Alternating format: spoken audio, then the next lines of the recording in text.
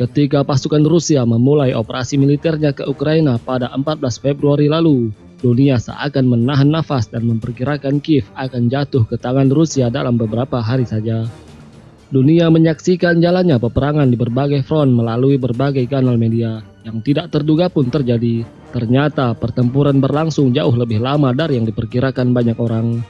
Meskipun Rusia mampu menguasai wilayah Ukraina yang cukup luas di wilayah timur, dan Kiev pun akhirnya tidak jatuh, militer Rusia memilih mundur dari pinggiran Kiev dan mengurungkan niat menjatuhkan ibu kota tersebut, dan memilih memfokuskan kekuatannya di wilayah yang sudah mereka kuasai, atau setidaknya akan lebih mudah mereka kuasai.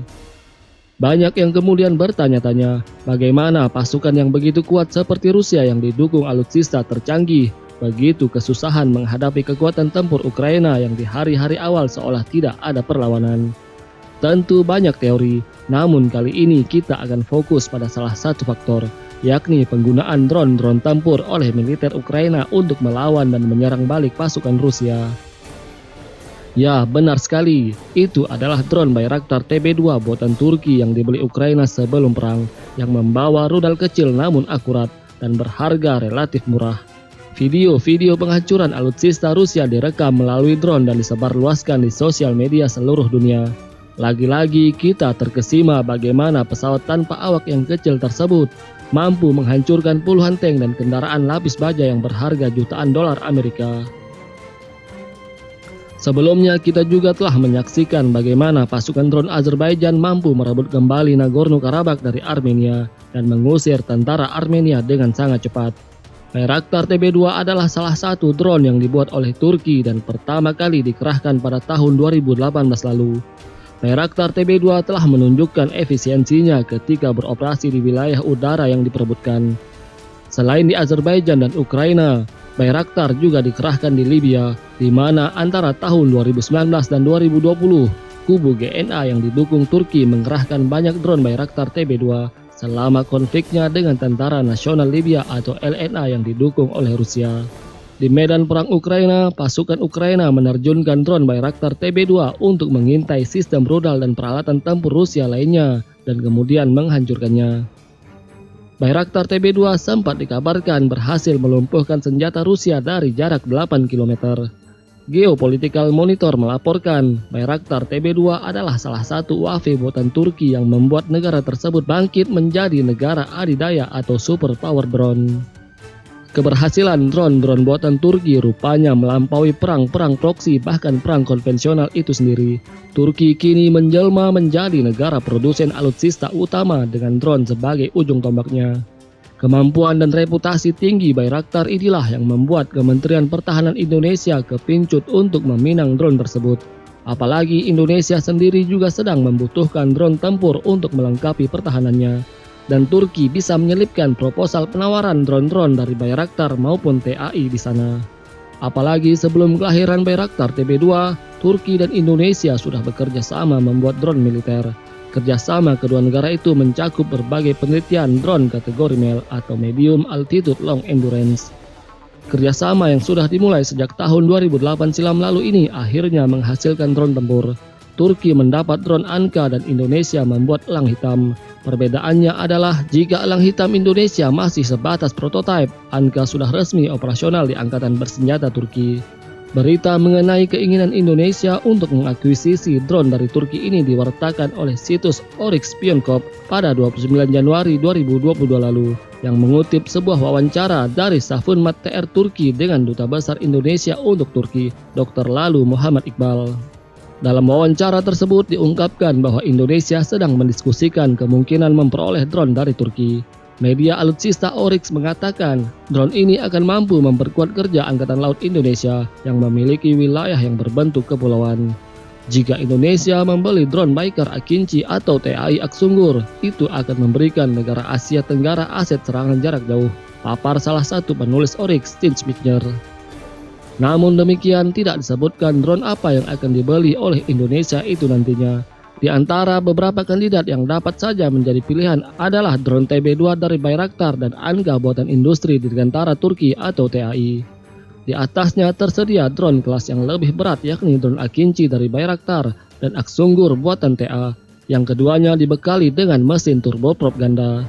Di Asia Tenggara, relatif sedikit negara yang saat ini memiliki kemampuan drone tempur atau UCAV. Hanya Indonesia dan Myanmar yang sejauh ini telah memperoleh UCAV, dengan Thailand dan Vietnam saat ini dalam proses mengembangkan drone bersenjata asli. Malaysia akan memperoleh UAV Medium Altitude Long Endurance atau MEL dalam waktu dekat, dan TAI Anka Turki saat ini tampaknya menjadi kandidat yang disukai di Malaysia. Malaysia sendiri sepertinya belum mengejar kemampuan drone bersenjata dan masih berfokus pada drone intai, meskipun sangat mungkin pada akhirnya akan mempersenjatai UAV MEL-nya di masa depan. Indonesia sendiri kini mengoperasikan 6 UCAV CH-4B Rainbow yang dibeli dari Cina sejak tahun 2019. CH-4B Indonesia dapat dipersenjatai dengan rudal udara ke darat atau AGM dan telah terlihat dilengkapi dengan relay komunikasi atau pod intai. Ketertarikan Indonesia pada drone-drone tempur buatan Turki, terutama yang dirancang oleh Baykar Teknologi, menunjukkan bahwa Indonesia sedang mengincar UCAV tambahan seperti Bayraktar TB2 untuk melengkapi CH-4B atau drone yang menawarkan kemampuan yang sepenuhnya baru. Indonesia memperoleh CH-4B-nya dengan tujuan awal untuk tujuan membangun doktrin dan melatih kru tentang penggunaan UCAV MEL, dan saat ini tampaknya tidak mungkin bahwa lebih banyak CH-4B akan diperoleh. Khususnya Bayraktar TB2, Akinci, dan TAI Aksunggur dapat menawarkan kemampuan baru kepada Tentara Nasional Indonesia. Apa yang membedakan Akinci dari UCAV lainnya adalah kemampuannya di masa depan untuk membawa rudal udara ke udara.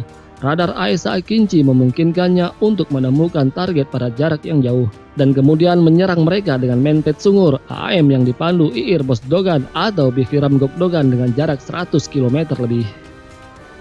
Paket persenjataan Akinci berlanjut dengan persenjataan rudal dan bom berpemandu presisi yang memberikan kemampuan serangan jarak jauh.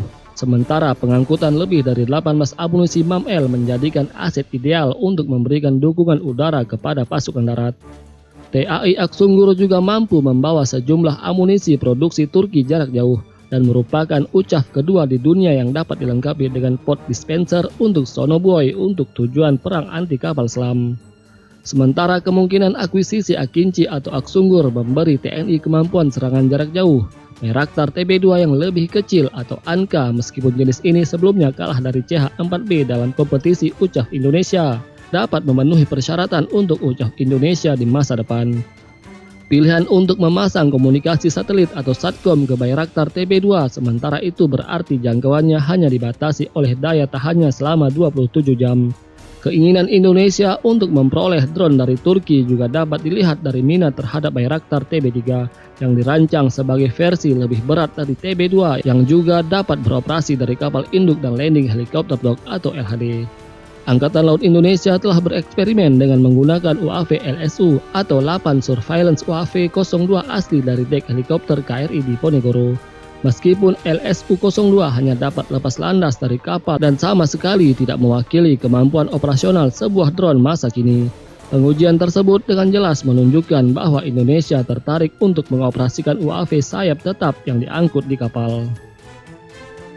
Angkatan Laut Indonesia saat ini mengoperasikan armada 7 dermaga platform pendaratan atau LPD. 3 diantaranya dilengkapi sebagai kapal rumah sakit. Sebagian besar LPD dibangun oleh PT PAL Indonesia yang memperoleh lisensi untuk membangun kelas Makassar bekerja sama dengan Daesun Shipyard Korea Selatan. Pada Juni 2014, PT PAL menandatangani kontrak senilai 92 juta US dollar untuk pengiriman 2 LPD ke Angkatan Laut Filipina.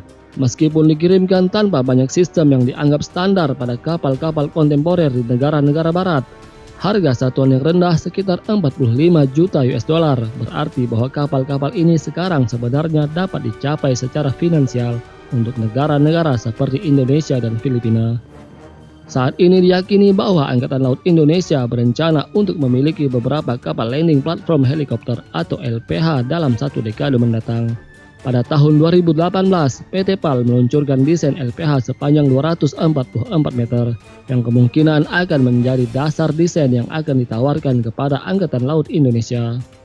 Mirip dengan TCG Anadolu LHD Turki, desain LPH memiliki fitur lift belakang besar yang dapat memindahkan helikopter dan UCAV besar ke dek penerbangan atau hanggar. Dirancang untuk digunakan dari kapal induk dan LPH sejak awal, Bayraktar TB3 dapat digunakan dari LPH Indonesia dengan sedikit modifikasi desain yang diperlukan. Karena ukurannya yang kecil dan sayap yang dapat dilipat, banyak TB3 dapat dikerahkan di kapal bersama dengan helikopter ASW dan drone lainnya untuk menyediakan kapal induk tak berawak pertama bagi Indonesia. Duta Besar Indonesia untuk Turki dengan jelas menyuarakan keinginan negaranya agar Turki juga berpartisipasi dalam transfer teknologi dan program untuk berbagai jenis UAV di masa depan. Pada tahun 2018, Turkish Aerospace Industries telah bermitra dengan PT DI untuk menawarkan ANKS untuk kompetisi UCAV Angkatan Udara Indonesia, di mana CH-4B Rainbow buatan Cina akhirnya dinyatakan sebagai pemenang. Kolaborasi di masa depan dapat mencakup transfer teknologi bersama dengan pengiriman UCAV Turki yang akan menguntungkan fase pengembangan akhir dari elang hitam asli, dengan pusat perakitan dan pemeliharaan untuk UAV Turki di Indonesia. Namun sayangnya saat ini drone elang hitam untuk militer dihentikan pengerjaannya. Jadi bagaimana menurut kalian berita ini? Silahkan tulis komentar di bawah ini.